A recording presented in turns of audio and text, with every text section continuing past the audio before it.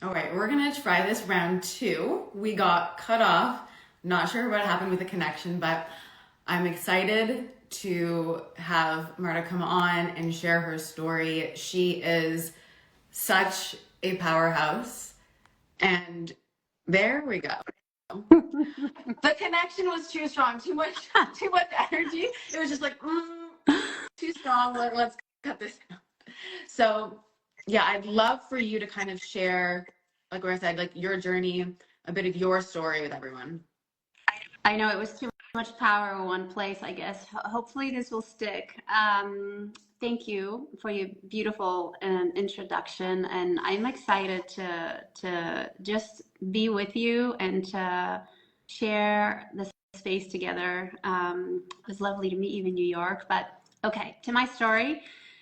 Uh, it's usually I like to begin my story at the end. Um, which is to talk about the thing that I've built. But then I often also say, the amount of money and the size of the company that I've built together with my husband is the least interesting thing about me, but it's always the thing that grabs people's attention. Like we built a business from startup to 2.5 billion over 14 years.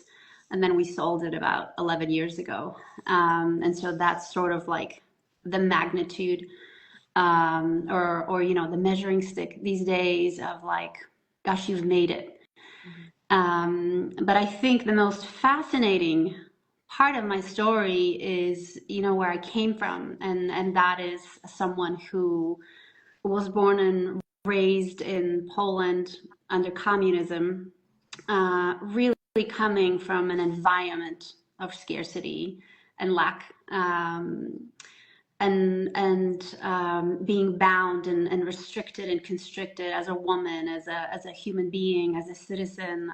So there was just so much oppression that was placed under me or over me, and I just feel like part of my mission, unknowingly back then, but I'm realizing it now, is how free can I get?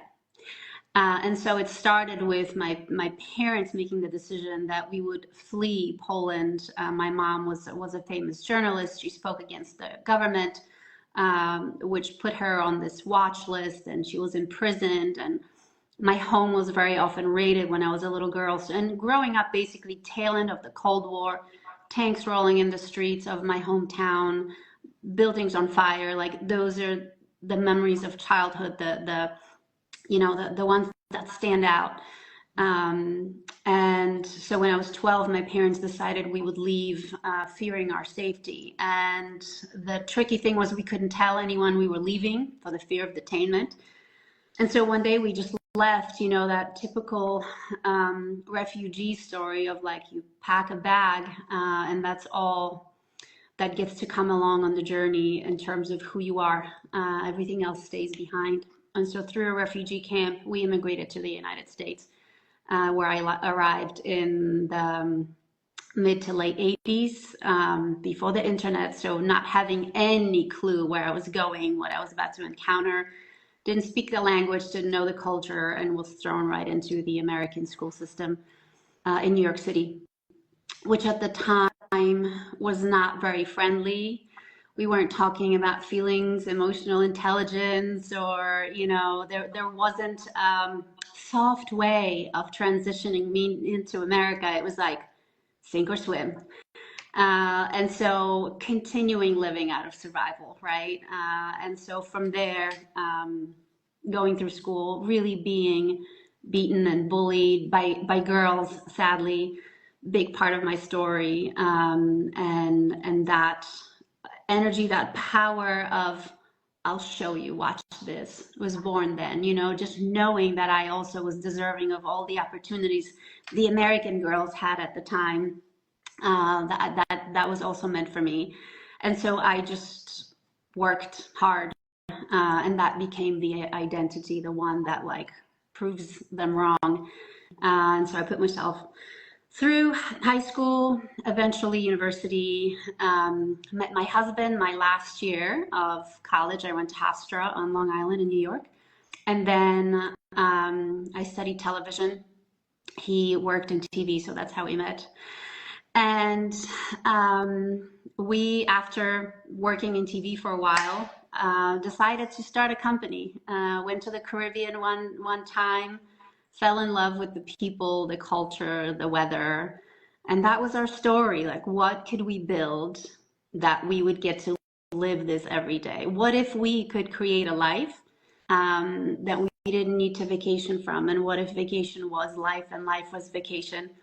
And that's what started a company called Cheap Caribbean, still exists today. It's been sold a few times. I think now it's owned by Hyatt Resorts. And that was the thing that we birthed and built over the next 15 years, and eventually sold 14 years after founding it, and moved to Paris, France, where I am now. And what I do now in this part of my life is walk along women who are also building their legacies.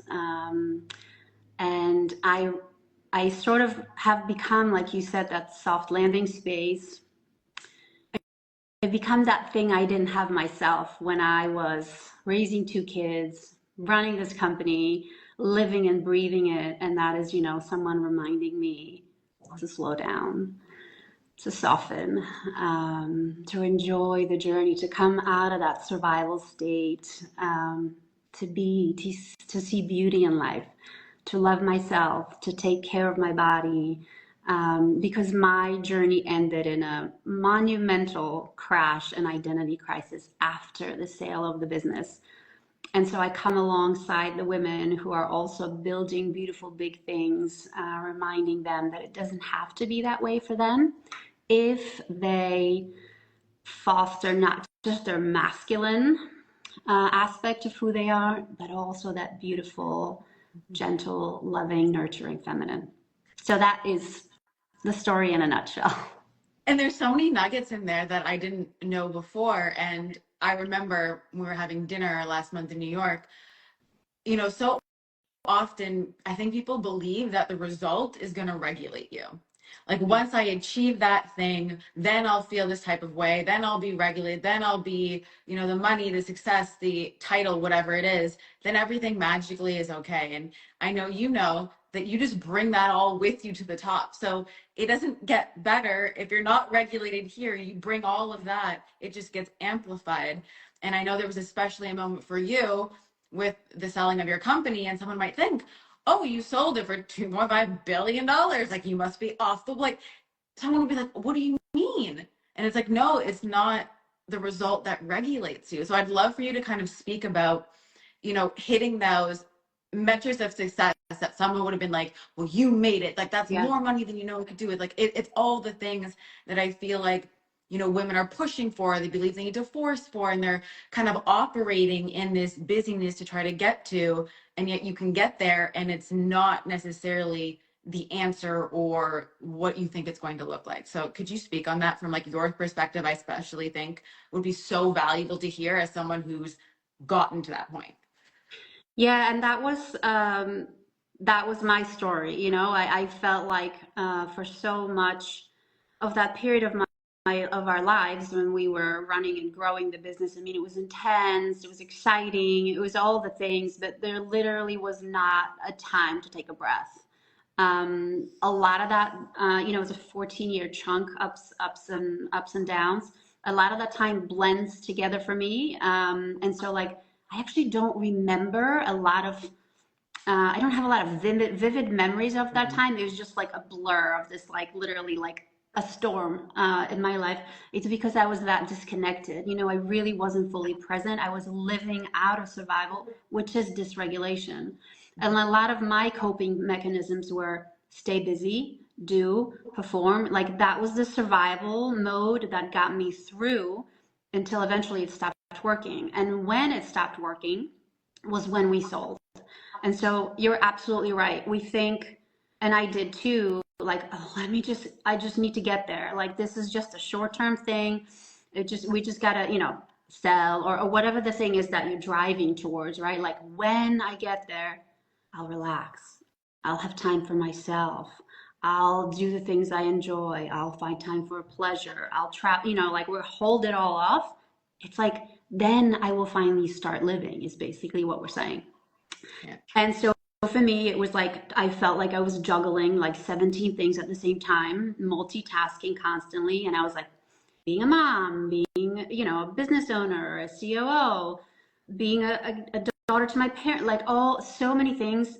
And it was really overwhelming for my system, but I just kept going. So it was like a treadmill, like that hamster on the wheel. And then when we sold the company and we moved to France, it was like all of that went away at the same time. I no longer had an agenda that I could barely keep up with because there were so many meetings and calls. I was in a foreign country, right? So yet another identity loss. We moved to France. I was away from my parents. That identity went away. My kids were a little bit older.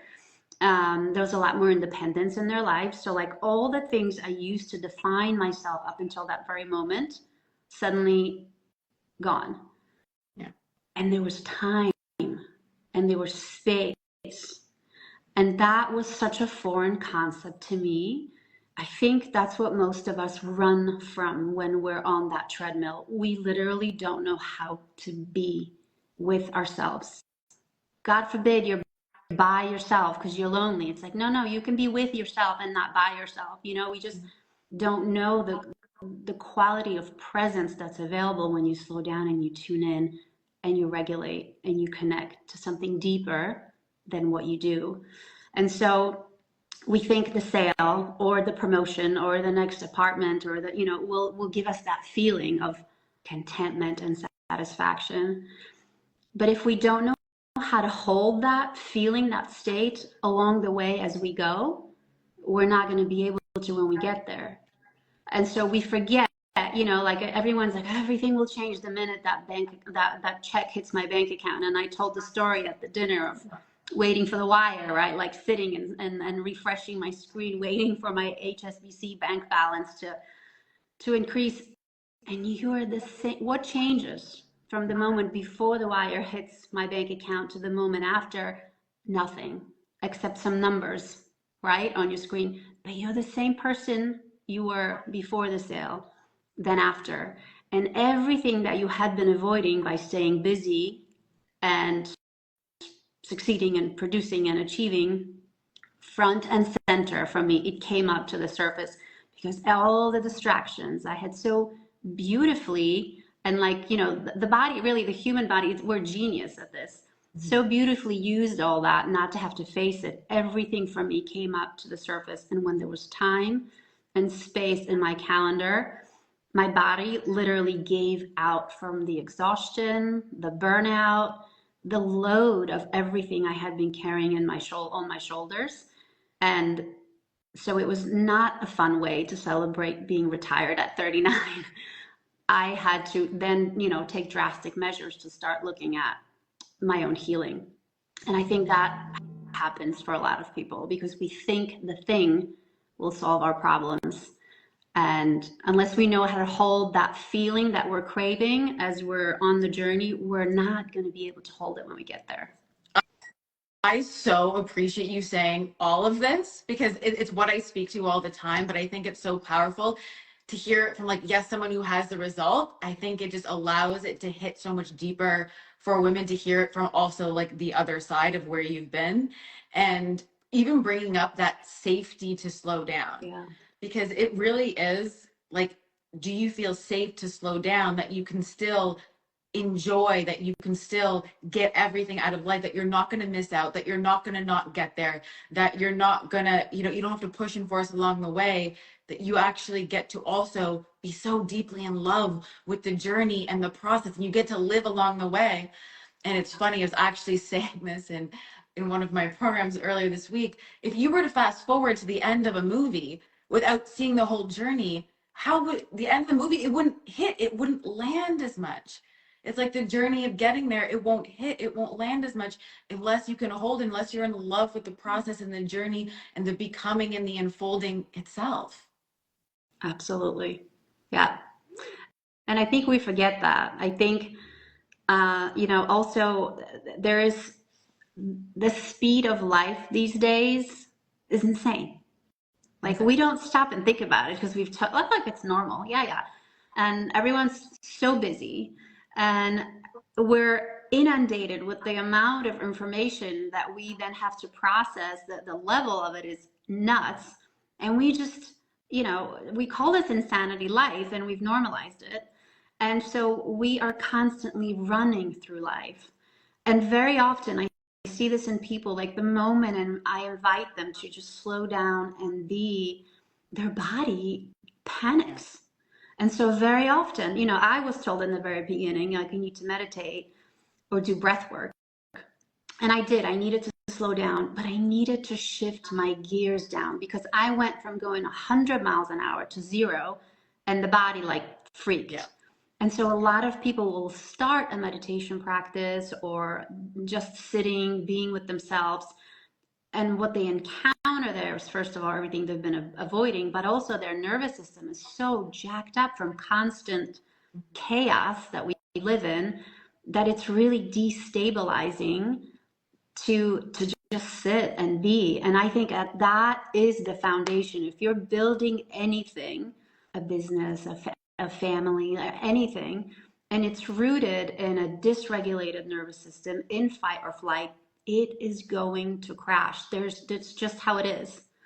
So unless you're regulating and embodying everything at every level as you go along, you're not building anything lasting. Oh, I love every word of what you said, and it's so interesting because I find that women also don't even give themselves permission to slow down, and it's that also addiction to the chaos. And even when they try to, it's like a self-sabotage where you then need to create more chaos because it's actually just more normal to your system to be in that fight or flight, to be in the survival, to be in the chaos. And if something is calm, it's like, oh, it's vanilla, it's boring. Something must be wrong because I'm not living in a state of chaos. Yeah. Who are you if you're not the warrior?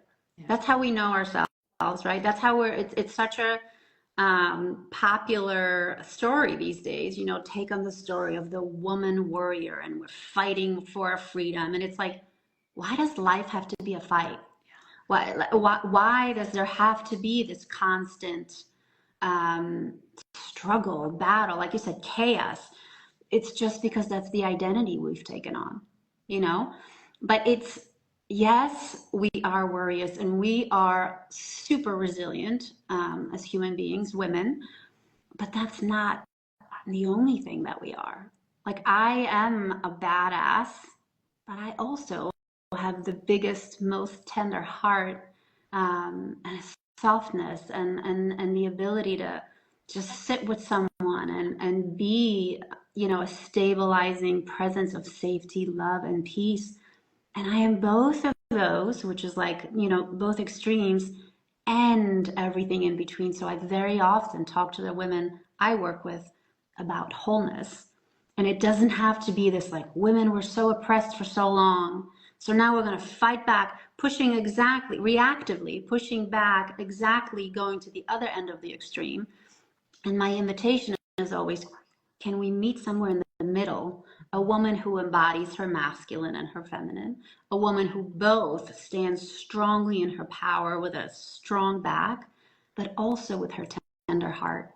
And I think so much of that is needed. We talk about flow, we've romanticized the feminine a little bit now. It's starting to come up with receive with grace and build from there. Yes, but not at the cost of your masculine. Like you need that structure and the form so the formless can flow through and fill it. Like it's the balance and the union of the two within. And each of us will have a different balance, a different harmony. We tend to lean towards one more than the other, but embodying both and everything in between. Like I really am not about transcending anything.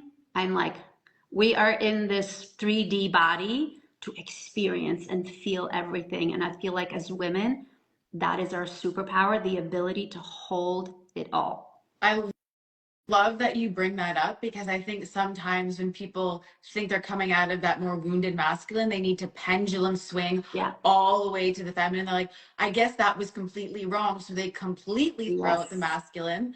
And I will admit, on my journey, I completely threw out the masculine. At one point, went all the way to the feminine. And it was like, no, we actually need like the harmonization. It's both and, because the masculine does give you that structure also for your system to feel safe to flow. For the feminine to feel safe, it needs some. So you can't throw out everything. We just need to throw out the hyper masculine or the wounded masculine, or those aspects that aren't fully serving us, so that you, like you said, live in harmony in the middle.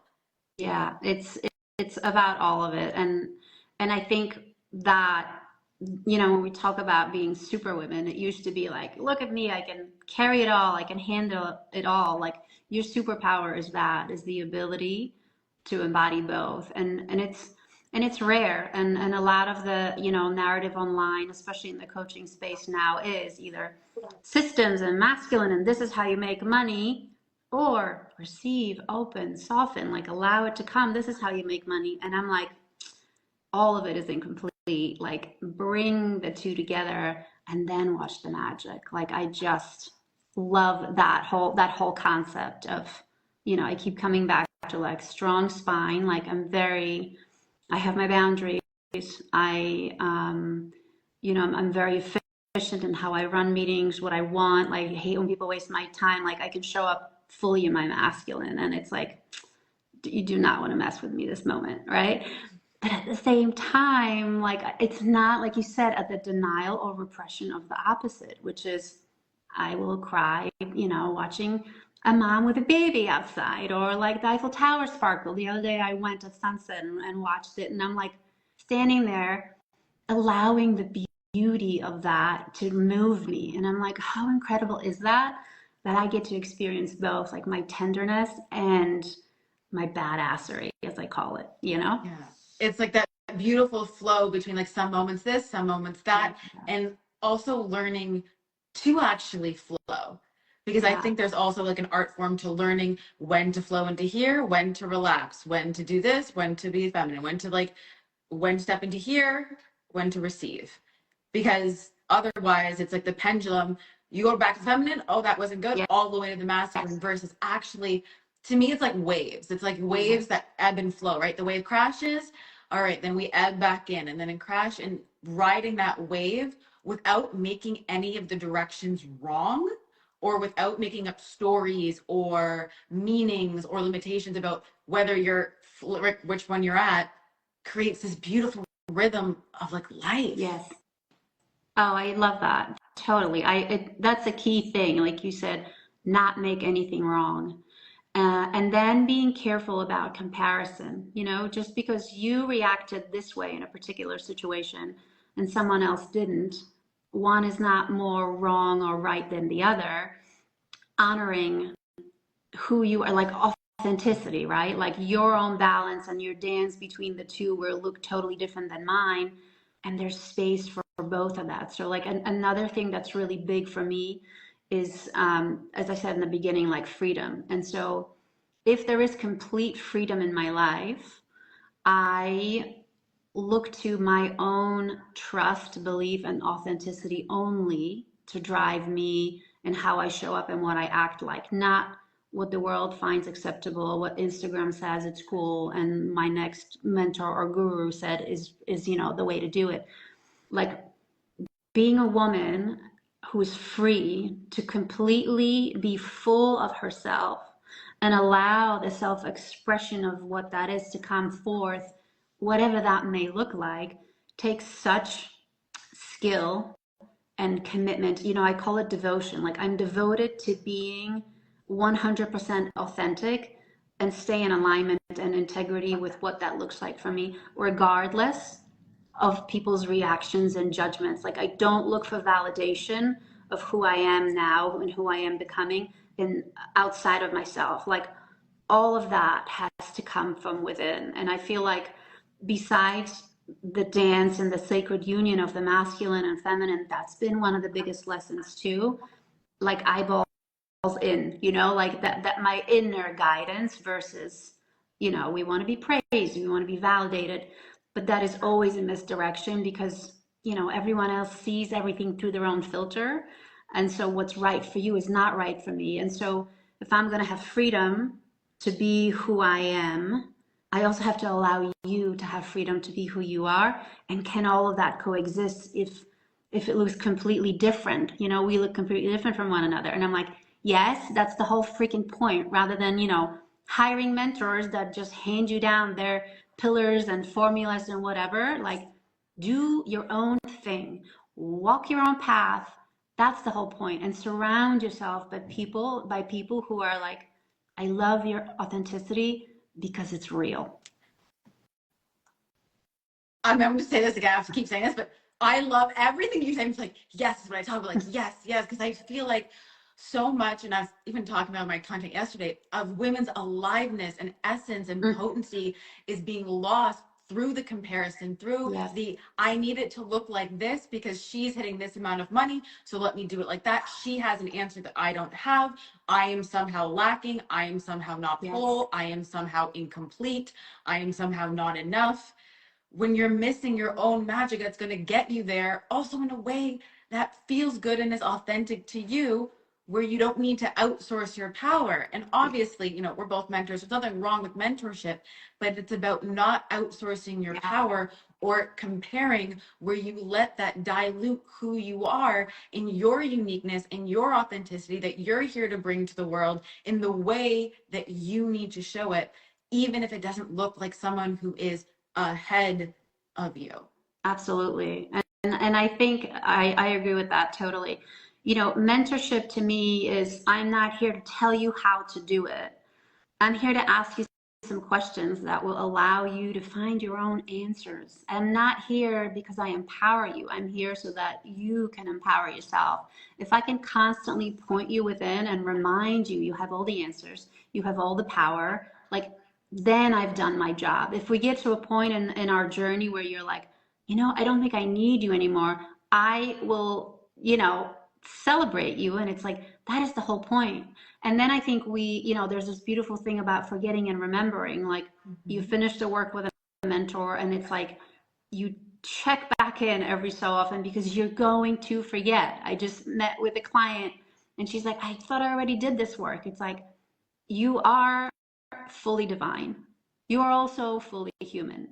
So there are going to be moments that you're going to be so full of your own sacredness, you're going to create magical things. And then you're going to have days on a random Wednesday that your dog is wet and, whatever. It gets all over your carpet, your kid's crying, nothing's going right. And you're going to be fully in your human self, thinking about how everything today just went wrong. And that is also perfectly normal. But there are moments where we need to be reminded of who we are, of the power that's always there, of the connection that's always available to the divine. And that to me is mentorship. Like, I reflect back to you your greatness, your power, your divinity, your highest self that I can see in you in the moments that in your full humanity you simply forget.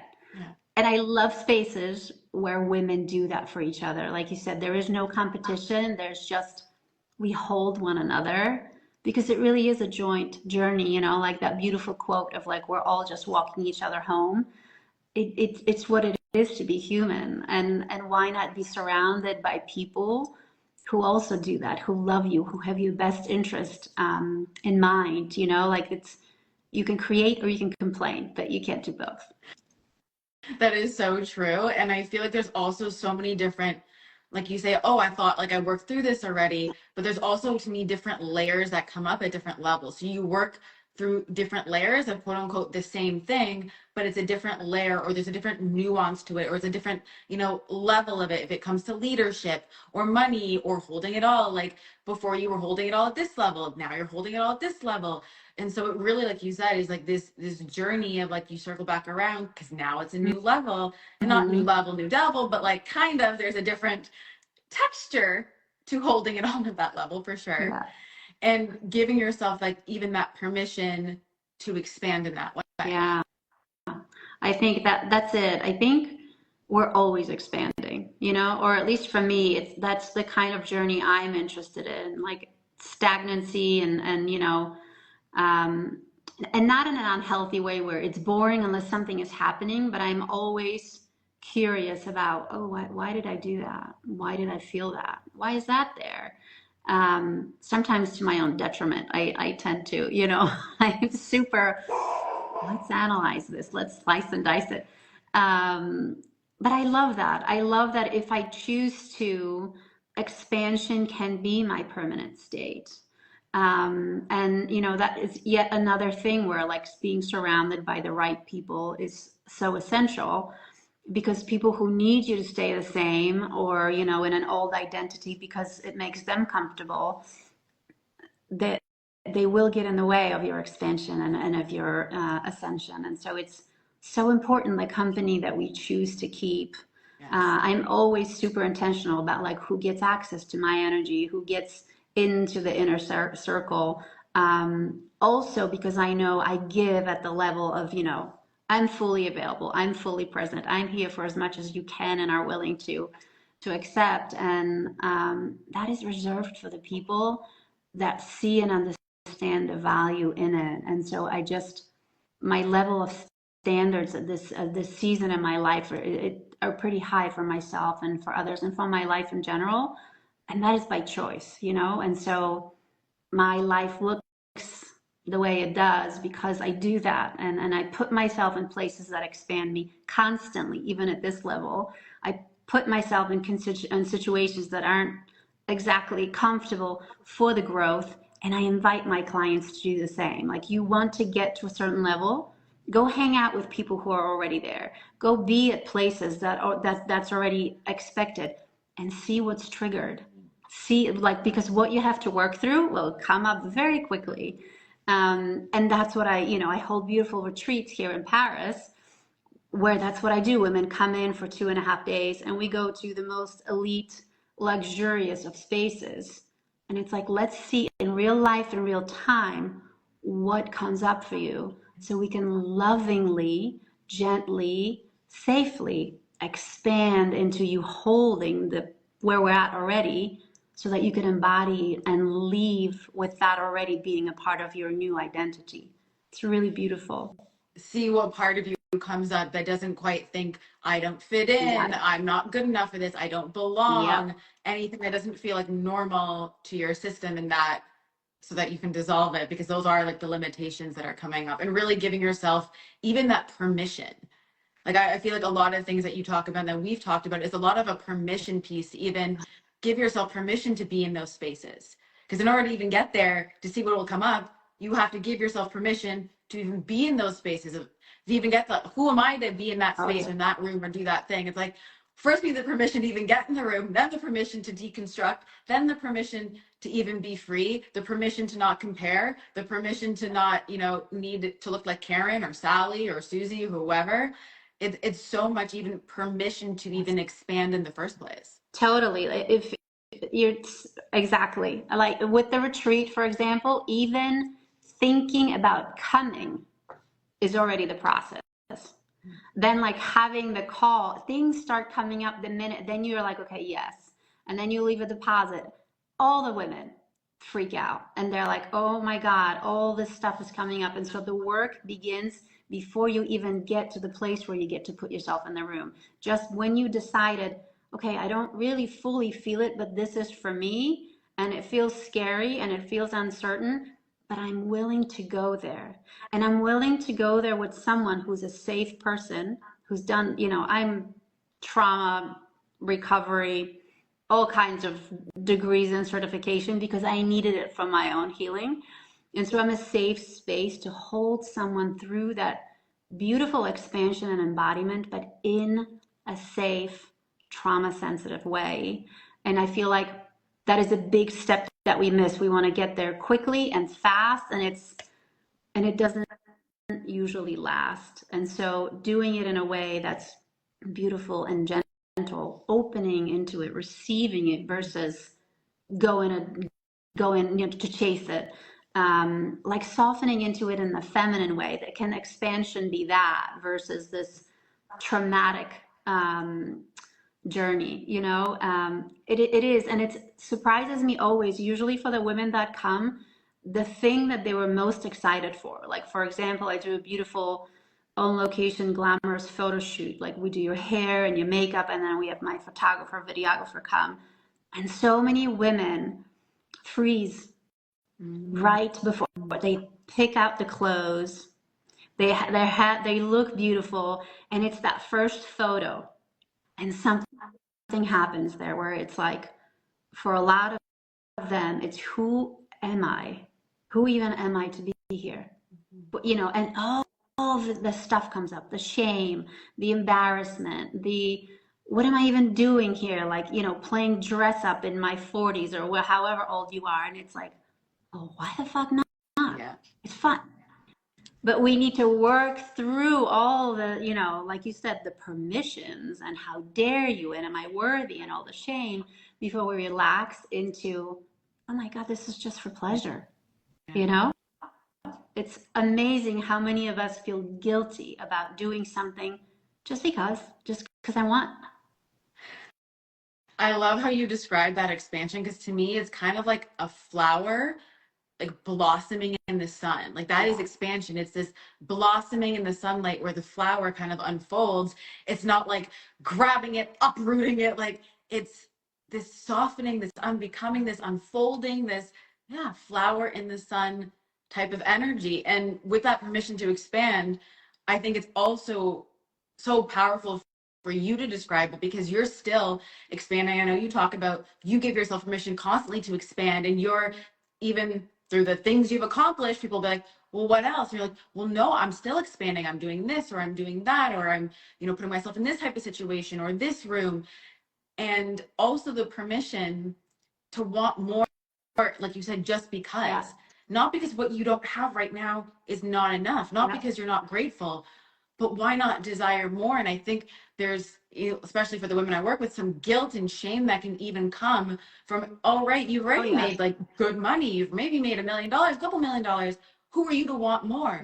Who are you to desire like more money, more freedom, more expansion, more experiences? Like, don't you have enough? Like, haven't you done enough already? Haven't you experienced enough? And it's like, oh no, there's always more to experience. So I'd love for you to touch on that from like your perspective in terms of always allowing yourself and giving yourself permission to experience more out of life. Yeah, I think I have a lot of feelings around this.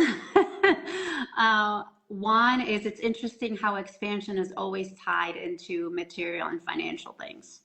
You know, like, yes, I'll continue expanding, but that doesn't mean money necessarily. Two is, if I wasn't continuing to put myself into spaces and places that would expand me, if I wasn't doing that regularly, I couldn't do the work that I do, because I would speak of concepts versus lived experience. I live and breathe what I teach. It's why I'm good at it.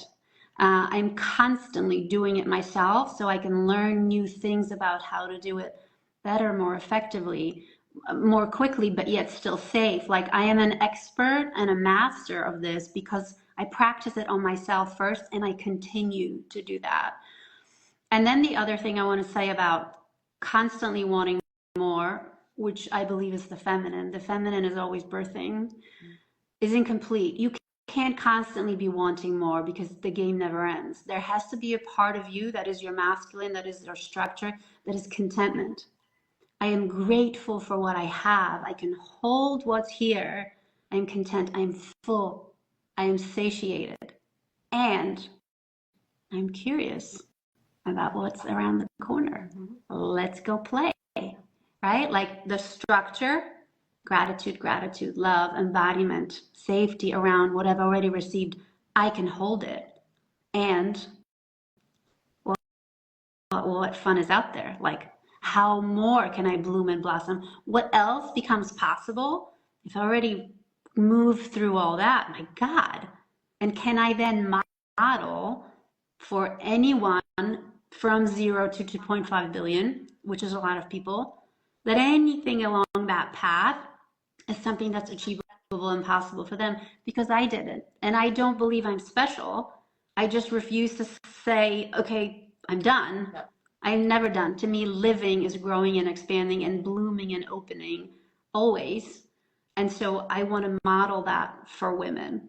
There's always more, but you have to be able to hold fullness, contentment, gratitude, while, it's both. And again, not just saying one's right, one's wrong. It's always the union of the two for me. I love how you bring together that duality, because that wanting more is not coming from a state of not being full. It's like, Yes. I'm full already, I'm satiated. And then it doesn't come with pressure or forcing or obligation. All of that kind of dissolves away because you already feel full. So you don't feel the need to push, force, or obligation or anything like that. It comes from that overflow energy, from that curiosity. It's the both, the and, the duality. Oh, once again, I love everything you say because we're so aligned in our values. I know, I love it. I love it. And the energy of play, it's like curiosity, expansion, but also there's like this curious little girl with a smirk in me that's like, You're gonna laugh. I literally just wrote a whole training on play energy for my mastermind today, and how getting into the state of play yes, allows your reality to be moldable, because when you're in that play state, there isn't that pressure, right? You're operating with curiosity. yeah, You're operating in imagination, yeah, in possibility. There's no strings attached. There's no pressure on what it has to look like or what it has to be or any insistence. Like, you are truly free, right? When you play, you're in that freedom energy we were talking about earlier. Like, you truly feel like the world is your oyster. You can do anything. You can create anything. You can bring anything to life when you allow yourself to play. But like you said, I don't think we can get into the play energy if we first don't feel satiated, full, and content with where we are right now. yeah. And safety, you're not going to play safe. You're not going to play and lose yourself in play unless you are your own source of safety. Like, can safety be not a thing we look for externally, but we cultivate for ourselves, right? I am safe within, so I'm gonna go play because I'm good. And I think for people who don't know where to start, I very often say reconnect to your inner child, or the child that you were when you were little. Like, I remember when I first started my healing journey and my therapy, I had a hard time with play because I was so I lived by responsibilities. I must, I should, I have to, the good girl disease. And I remember a therapist was like, well, how did you play when you were little? And there were so many traumatic memories in my past. I had a hard time reconnecting to how I played. And the one thing that kept coming back to me is the freedom you felt when you were like 5, swinging on a swing. Yeah. And you're going to go higher a little each time. You're going to go a little higher, and it's a little bit scary, but a little bit exciting, and you're just going to push it. But that freedom when you're like then swinging back in the air, like going through my hair. And I'm like, I don't know, there's something about like play on a swing. And my therapist was like, go on a swing. And so in the beginning, for me to reconnect to play, that wasn't like, oh, my kid's playing, like, play. My own play, Yeah. my own pleasure, my own fun. I would take myself on a swing just to reconnect with that feeling in my body, letting my nervous system know it is safe for me to feel and experience this, because I had squashed and repressed that until there was no play left. I love how you're also touching on like the safety is internal, because I think so often people think that their safety is going to come from external. And also, like, if you are struggling to feel the aliveness, the play, it's probably a sign that we need to anchor in first that safety so that you can allow yourself to play, so that play feels safe. And it's so funny. I think about even like me as a kid, I wasn't allowed to play. Like, there was lots of rules. And when I was healing my journey, I was like, oh, like I wasn't allowed to like play. I wasn't allowed to like be a kid, to rip wrapping paper, to do any of that. Like, I actually had to learn how to play. And so it's even like allowing yourself to play. Maybe you have played as a kid, but maybe you have a journey kind of like ours where you weren't really playing. You had some other things going, like whatever it was. And learning also how to play as an adult and allowing yourself to be in that energy by feeling the safety first to do so by healing those parts that did not feel safe to play and thus will not feel safe to play now unless they feel like they're going to be okay, they're allowed, they have the permission, they will not be punished, they will not be made wrong, they will not be shamed, they will not, XYZ is not going to happen. Yeah. Otherwise, what's the alternative? If safety needs to come from externals, you spend a majority of your life trying to control your circumstances, your situation, and everyone around you. And that is impossible and also exhausting. And so you're constantly on your kids about what they're doing, on your husband or partner about what he or she is doing, complaining about people at work. No one can act quite right. That's because the world doesn't revolve around you and your need for external safety, right? Like, that's exhausting. And then we're like, no, I'm a type A personality, or I'm a planner. We excuse it in all kinds of weird ways. No, you just are trying to control the world because your internal world is in turmoil. And the answer isn't fixing people and places. It all starts within. And then you can be the Dalai Lama showing up in like the most screwed up situation outside, and you're like, I am so good. I am so good. I'm at peace, right? And that is true power, like cultivating that. And then you're that presence of peace and groundedness to others. Wherever you go, you bring that. That is my method for living. And that's what I tend to do wherever I go. I'm like, place is crazy. I bring the peace. But it, like you said, requires that safety within. And that's why I always say, like, the safety in your nervous system is a superpower for life. Because when you feel safe internally, no matter what's going on around you, like you said, you can't control. The outside is always guaranteed to shift. So if you base it on the outside, if that crumbles, you crumble, versus if it's internal, you're solid no matter what. I'm like, that is the ultimate superpower in business, in relationships, in money, in life, is having a safe internal system that doesn't dysregulate, doesn't get triggered. I'm like, then like you said, you walk into the room and you're that calm state. You're the Dalai Lama. You're chill no matter what's going on. Right. And then you can respond versus react. Yeah. And then you also don't need, we were talking about controlling and micromanaging, you don't need the circumstance to look a certain way for you to feel a certain way, which is like, to me, also the ultimate freedom. Because when you can do that, then you're free.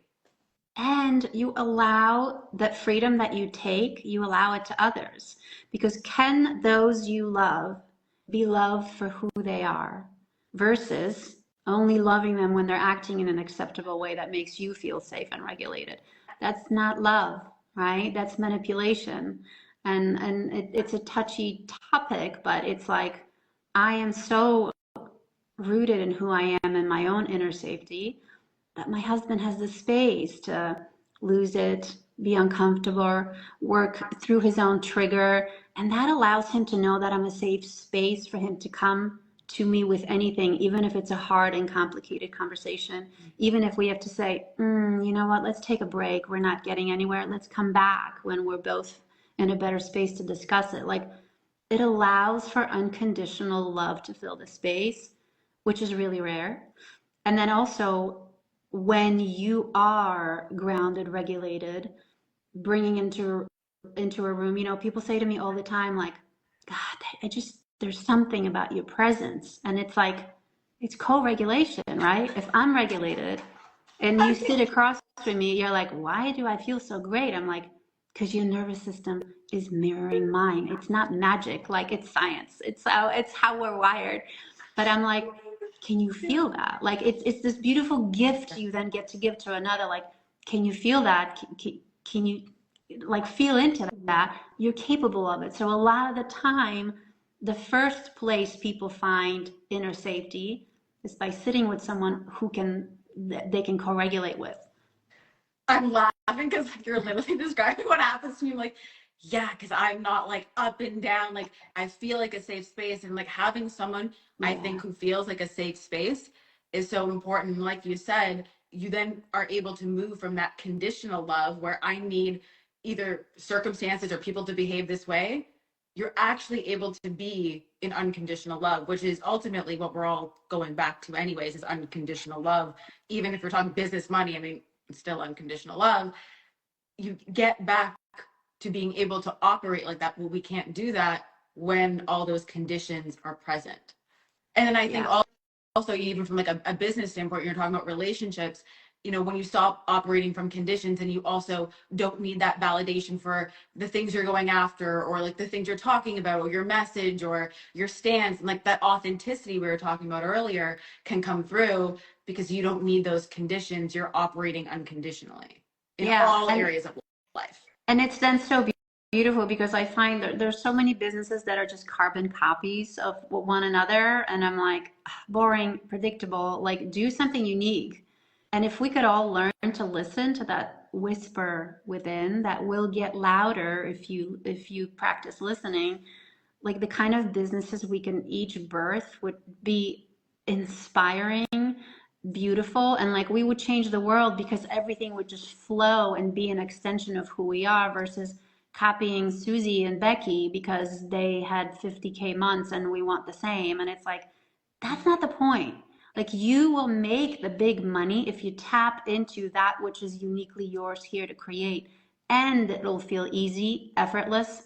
And that's how the money will come, because you're embodying your own essence instead of copying the essence of others. Like, that's not the point. It's not the point. No. Like, you're missing the point. It's not the point. No.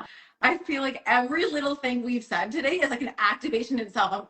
How am I gonna, like, I feel like I want to take every line and be like, yes, soundbite, because like it's also, I feel like everyone needs to watch this, listen to this twice, save this, like for when you need that reminder to like come back into the truth of who you are, remember who you are, put your blinders on. I always say, like, focus, put your blinders on.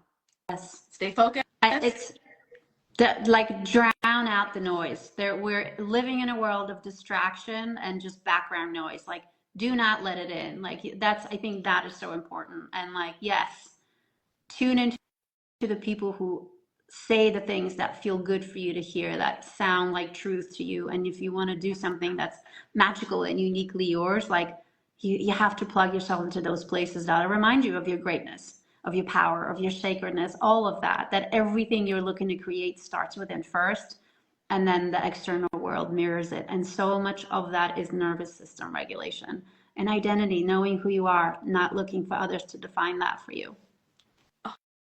I feel like that's like the perfect note to end on. I'm not even gonna like, I mean, I know we could probably talk for 5 hours, but like, to me, that's the perfect note to end on.